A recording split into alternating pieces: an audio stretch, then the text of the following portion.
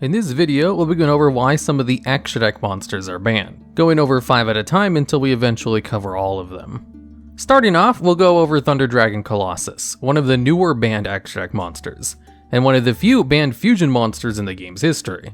There is a surprisingly little amount of banned fusion monsters in comparison to the other extra deck types. Dragon Colossus is a level 8 fusion monster who simply requires one Thunder Dragon plus any one Thunder monster as its fusion materials, and also has an alternative summoning condition where if you meet the condition that a Thunder monster effect was activated in your hand this turn, then you contribute one non-fusion Thunder effect monster you control to special summon this card from the extra deck, and it allows you to choose either of its summoning conditions rather than restricting you into one of them. Thunder Dragons also have access to one of the best archetype-specific fusion cards, Thunder Dragon Fusion, which allows you to use cards from your field graveyard or your face-up zone that are banished as materials for a fusion summon, and also has a graveyard effect where you can add a Thunder monster from your deck to your hand.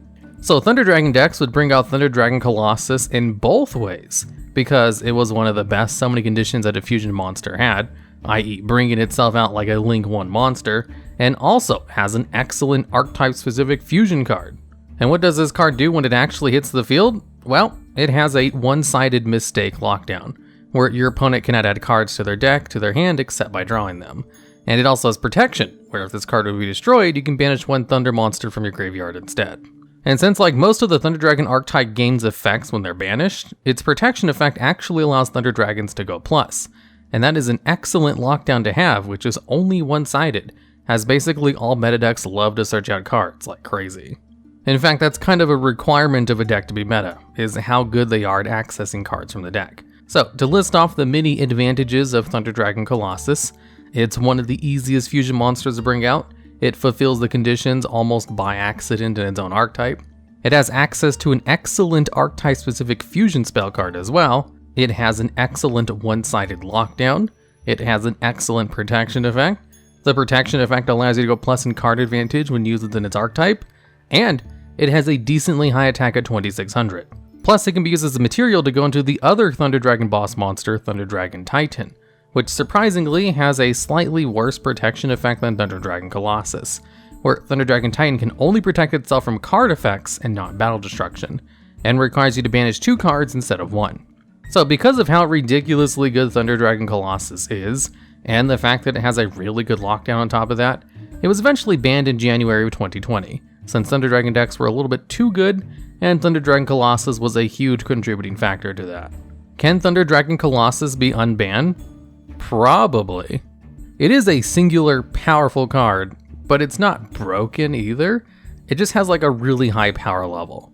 There are a couple of cards on the ban list that are there, not because they're necessarily broken, but because they just have a slightly higher power level than everything else in the meta at the time, and there's a good chance they might be unbanned in the future. Kind of like how El Shadow Construct was.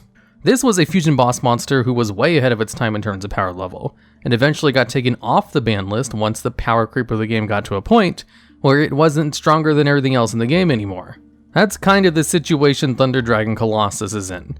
It was incredibly strong for its time, is still incredibly strong as of making this video, but was never unbeatable even in its heyday, and could probably be removed from the ban list in the future, as it's already only limited to 1 copy over in the OCG and it's not a huge problem. How could they fix Dragon Colossus to be unbanned? One of the big problems of this card is how easy it is to summon for how good of a boss monster it is. It basically has the same requirements as a Link 1 monster, and honestly, one of the biggest problems with Link monsters is Link 1 monsters. Being able to go into extra deck monsters with only 1 material from the field is kinda strong, especially if the card they bring out is incredibly powerful, like Dragon Colossus. So I could think of 2 possible changes in order to make Dragon Colossus a little bit more fair. One of them would be to simply make it cost 2 Thunder monsters instead of 1 as its materials, or to change its floodgate to affect both players instead of just your opponent, as Thunder Dragon players also do not like to have their surges restricted. Next up we have Ancient Fairy Dragon. This is a synchro monster that came out kind of in the early days of the synchro format, and was kind of considered the weakest of all the boss monsters from the anime. Which is funny because it's the only synchro monster that was a boss monster in its anime, which is currently banned. And the reason that happened was because of how the metagame shifted since then. What Ancient Fairy Dragon does is this is a generic level 7 synchro monster and has two effects. One of them allows you to special summon a level 4 lower monster from your hand, and the other one allows you to destroy all field spell cards, then add one field spell card from your deck to your hand while also gaining 1000 life points. Both of these effects are soft once per turns, so you can reuse them if you summon multiple copies of Ancient Fairy Dragon. Now, the ability to summon a monster from your hand was always kind of the only decent effect of this card, but since it locked you out of the battle phase for the turn, it wasn't a very popular choice if you wanted to do that. And the meta shift that happened since this card first came out over to why it's considered overpowered today is really the field spell card effect. When this card first came out, field spell cards were kind of bad. Outside of maybe a few outliers, generally field spell cards for an archetype were always the worst card, and kind of just there for flavor. It wasn't until the modern era that they started printing field spell cards which were oftentimes the best card of the archetype, like Spiral Resort or Union Hanger. And a lot of these newer, better field spell cards allow you to search on their activation and don't have hard once per turns on their search effects, or like to search on their destruction, like 3 of the FA field spell cards. And because Ancient Fairy Dragon allows you to get rid of your opponent's strong field spell cards, while also allowing you to add extra ones to your hands, on top of the ability to further combo plays by special summoning a monster from your hand, made it a little bit too much of a card advantage machine. In decks like Spirals and FA, Ancient Fairy Dragon could allow you to go +2 while furthering combo plays with its hand special summon, and that was for each copy of Ancient Fairy Dragon you brought out. It would allow you to search out a field spell card, and then that field spell card would allow you to search out another card, and then you can bring out another Ancient Fairy Dragon and do it again, which was helped along by Ancient Fairy Dragon's other effect of special summoning another card from your hand. Combine this with Destrudo, the Lost Dragon of Frizzen, who could allow you to bring out Ancient Fairy Dragon with any level 6 or lower monster. It was all a little bit too easy to go into Ancient Fairy Dragon. So Ancient Fairy Dragon was banned in May of 2018, and field spell cards are just as strong as they were back when Ancient Fairy Dragon was in its prime. So it's kind of funny how this card retroactively became overpowered, because when he came out, it was absolutely fine and even a little bit bad because of how bad the average field spell card was. And then once field spell cards actually started to become good, then this card became straight broken overnight. Could Ancient Fairy Dragon be unbanned? Not currently. Field spell cards are still pretty good, even if they haven't been printing powerhouses like Spiral Resort anymore. Konami kind of learned their lesson after how strong that card became, and have been slapping hard once per turns on all of their search effects. Even though Destrudo is currently banned, synchro monsters are seeing more and more play today than ever, and Ancient Fairy Dragon still generates a little bit too much advantage for how easy it is to bring out, while also kind of accidentally destroying your opponent's field spell cards as well. How could Ancient Fairy Dragon be fixed to be unbanned? Well, giving it a hard once per turn on its field spell card effect would definitely help, but even resolving the effect a single time is pretty good. Although without giving it a whole bunch of other restrictions, a simple once per turn on its search effect would probably do the job. It would still be powerful, but not abusable like it is now. To go one step further, they could add a clause where it can't use the card it adds during the turn it activates its effect, which would kind of fix the problem of the card still being able to generate a +2 in card advantage, by delaying that card advantage for a turn. Next up, we have MX Saber Invoker. This is a generic rank 3 Xyz monster who has the effect where it can detach one of its materials to special summon a level 4 Earth Warrior or Beast Warrior monster from your deck in defense position, but it's destroyed during the end phase. This card has pretty much seen competitive play ever since it first came out, but it was never really broken because of how restrictive its targets were, despite the fact that special summoning monsters from the deck on an extra deck monster has historically been pretty powerful. In 2017, when Zodiacs were running about being the best deck in the game, they had a whole bunch of level 4 Earth Beast Warrior type monsters, and were an archetype dedicated to Xyz summoning, and MX Saber Invoker was definitely used in those decks in order to start plays. You see, MX Saber Invoker was commonly brought out with the Speedroid engine, where they would use Speedroid Terratop to go into Speedroid Taket Tomborg, which allowed them to go into MX Saber Invoker without using a normal summon, and only one card from the hand. This would allow Invoker to search out Zodiacs from the deck, which could start all of their insane combos. And funny enough, it wasn't Zodiacs that got the card banned. Eventually, Konami did hit a whole bunch of cards around Zodiacs, including 3 of the main Zodiac problem cards, but left MX Saber Invoker alone completely. It wasn't until the Link era and Goki Monsters release that MX Saber Invoker finally got banned. You see, Link Monsters added a couple of new support cards for archetypes and types of monsters, And the warrior type got a huge boost to their power level with cards like Isolde, Two Tales of Noble Knights, who only requires 2 warrior monsters as materials, searches a warrior on its summon, and allows you to special summon a warrior from the deck. And the Goki deck is an archetype full of Earth warrior type monsters of various levels, and they all float into a search of another Goki monster when they're sent to the graveyard. And Goki decks use a lot of level 3 monsters as starters, like Junk Forward and Marauding Captain, so they could easily make MX Saber Invoker, and MX Saber Invoker could allow them to easily further their plays, when they were already super consistent as is. So, rather than ban the newer cards, they went and hit a whole bunch of the older cards around those combos. And MX Saber Invoker got hit because it was already a problem card in the previous year with Zodiacs, and then was seeing even more play with Goki decks. And the banning of MX Saber Invoker was kind of the start of them just getting rid of extra deck monsters that could special summon monsters from the deck. Especially since the warrior type is just a lot stronger now than it was back then, and it was already historically pretty powerful. Warrior is one of the most plentiful types of monsters in the game with a mountain of support, and MX Saber Invoker was one of those really powerful support cards. MX Saber Invoker was banned in September of 2018. Can MX Saber Invoker be unbanned? Currently, the warrior type is still very powerful, as they went even further and started restricting Dark Warrior combos, with Dark Grepher and Armageddon Knight being limited to 1 copy. So, it probably could not be unbanned yet. The ability for extra deck monsters to summon non-archetype specific monsters from the deck is always pretty strong, especially when it's attached to a monster that has generic materials. MX Saber Invoker wasn't that big of a deal when it first came out because of how restrictive its targets were, and because of how restrictive extra deck summoning was when it came to monsters at specific levels. It wasn't until Link monsters were introduced, where the levels didn't matter as much anymore, that being able to bring out monsters from the deck just became a lot better. And the card was banned in the middle of Master Rule 4, so after the restrictions were lifted, it would be even better if it was released today. How can MX Saber Invoker be fixed to be unbanned? Well, a good way to fix broken extra deck monsters is to just not make them generic. So if MX Saber Invoker required 2 level 3 X Saber monsters as its materials, then it could probably be unbanned tomorrow. Unless they introduce a whole bunch of new really good X Saber monsters, it wouldn't be that big of a deal. Outside of just making it harder to summon, if you wanted to fix the effect itself, you could just make it so it's incredibly inconvenient for yourself after you summon the monster from the deck, where you can't special summon or use that card as a link material.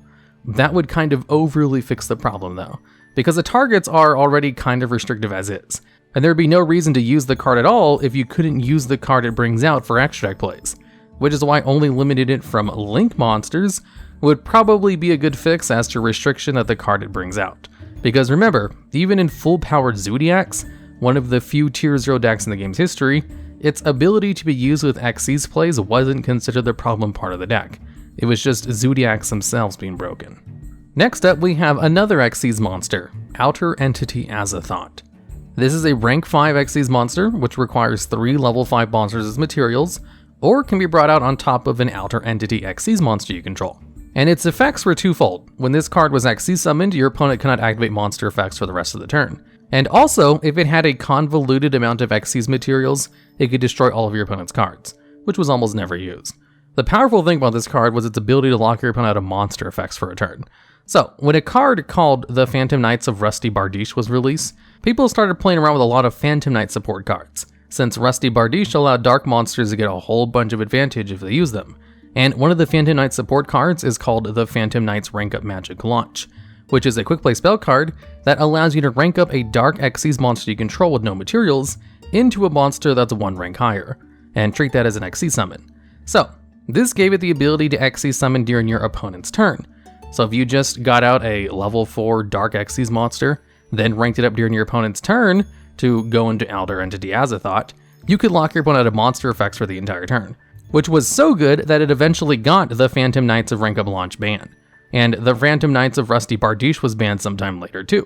Although that card is kind of mega broken in the amount of advantage it generates, and I'm surprised it's only limited to 1 copy now, as they eventually removed it from the ban list. Although even after its broken ability to be used during your opponent's turn was kind of removed, Outer Entity Azathot still saw a ton of play by just bringing it out normally during your turn. You see, there's another card called Outer Entity Gnarla, who is a rank 4 Outer Entity monster that only requires 2 level 4 monsters as materials, which are completely generic. Its effect doesn't matter, because you basically only bring the card out in order to rank it up into Outer Entity Azathot in order to shut down your opponent's hand traps. So, a lot of combo-heavy decks, more specifically cards that use the Orcus engine, would go into Outer Entity Azathot in order to turn off their opponent's hand traps, so they could do all of their plays uninterrupted. And it was such an effective counter to hand traps that they eventually banned Outer Entity Azathot in January of 2020, before the Master Rule revisions were going to go through to make playing Xyz monsters even easier. And they also eventually just removed the Phantom Knights of Rank Up launch from the ban list, since the reason it was banned was because of Outer Entity Azathot. And since people were using Azathot to a great effect no matter which turn it was brought out on, it was obvious that the problem card was the Xyz monster itself. Could Outer Entity Azathot be unbanned? As long as the Phantom Knights Rank Up magic launches in the game, as well as the Phantom Knights of Rusty Bardiche? No. Its original overpowered combos are currently live if they unban Outer Entity Azathot. They'd have to probably go back and re-ban those two cards if they wanted to remove it from the ban list, because being able to easily shut down your opponent's monster effects for the turn is paramount to winning the game against most decks. Although I don't think turning off hand traps during your turn is really that much of a problem. But Konami really hates cards that are anti-hand trap, as they have cards like Called by the Grave limited to one copy, when its number one interaction is stopping hand traps during your turn. How could they fix Outer Entity Azathot to be unbanned? One of the main problems of this card is how easy it is to bring out for how good of an effect that lockdown is. So we could look into its second effect that is rarely used in order to find a way to fix it. If this card has at least 3 Xyz materials, and those include a Fusion, Synchro, and Xyz monster, then you could detach one of its materials to destroy all of your opponent's cards. This requirement is kind of hard to pull off, but not impossible in Outer Entity decks, and is kind of the boss monster of that deck. So, if they instead changed its rank up effect to only allow you to use it on a monster that already had all of those materials, then it could probably be taken off the ban list. So if you can only rank this card on top of Outer Entity Narla when it had a Synchro and Fusion monster as its materials, that would make it hard enough to summon where it wouldn't be used generically. Although you would still have to add an extra restriction so it can't be brought out with the Phantom Knights of Rank Up Magic launch. So you could also add the restriction where this card can only be brought out with its listed requirements of 3 level 5 monsters, or by bringing it out on top of an Outer Entity Xyz monster who has a Fusion and Synchro monster as its materials, and cannot be brought out in other ways.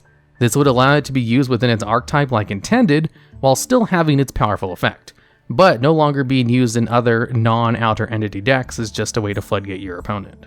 Lastly, we have Topologic Gumblar Dragon.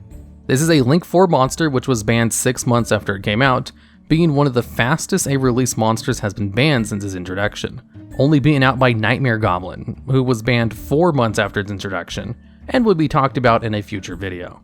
So why was Topologic Gumblar Dragon banned so quickly? Well, because it allowed you to discard 4 cards from your opponent's hand before they got to start their first main phase. And we have cards in the ban list like Delinquent Duo because they're too overpowered for being able to discard 2 cards from your opponent's hand. So, more specifically, Topologic Gumblar Dragon is a Link 4 monster that requires any 2+ effect monsters as its materials, and has 2 effects, where, if this card is extra linked, for you people who don't understand Link monsters very well, that means when 2 Link monsters are pointing directly to each other with their arrows. Anyways, then, while it's extra linked, during your main phase, you get to make your opponent discard 1 to 2 cards from their hand, whichever is higher. And if there's no more cards in their hand, they take 3,000 points of damage. Its other effect is if a monster is special summoned to a zone a Link monster points to, you can discard 1 to 2 random cards from your hand to make your opponent discard the same number of cards. Thankfully, this card has a hard once per turn shared amongst both of these effects, so you can't use both of these discard effects during one turn. So here's how people were able to use 2 of its effects before your opponent's first main phase. It was usually with the ability to just discard 2 cards from your hand in order to make your opponent discard 2 cards, and was rarely used with the extra link effect. Goki decks are an archetype where almost every single main deck monster has the effect, that when it's sent to the graveyard, you get to add another Goki monster from your deck to your hand. So when Goki decks made Link plays, they're able to constantly refill their hand with other copies of Goki monsters. So they always have pretty high card counts when it comes to their hand, And they regularly use a card called Divine Sword Phoenix Blade in their combos, thanks to Isolde sending it to the graveyard to special summon more Gokis from the deck. Divine Sword Phoenix Blade is an equip spell card that can add itself from your graveyard to your hand by banishing 2 warrior monsters from your graveyard. It's almost never actually used to equip to a monster since its on-field effect is kinda terrible, but does technically count as 1 card in your hand. So, thanks to Divine Sword Phoenix Blade allowing you to have at least 1 extra card in your hand, they could use Topologic Gumblar Dragon to discard 2 cards, very easily get rid of 2 cards of your opponent's starting hand. Then, during their opponent's draw phase, they would activate the effect of YuGiOh, who has a quick effect that allows it to special summon itself from the graveyard by tributing a level 1 monster. And what do you know? Gokis have a level 1 Goki monster, which is a perfect target for this card, and can be special summoned from the deck with Isolde Tale of 2 Noble Knights by sending a Divine Sword Phoenix Blade from your deck to the graveyard. You can kind of see the inherent strategy all of these combos had. So, they would bring out YuGiOh during their opponent's draw phase and summon it to a zone and link monster pointed to. That way they can activate Topologic Gumblar Dragon again during their opponent's draw phase, and since it only has a hard once per turn, that gets reset as soon as your opponent's turn starts. And that's how they were able to get the other 2 cards for the 4-card discard.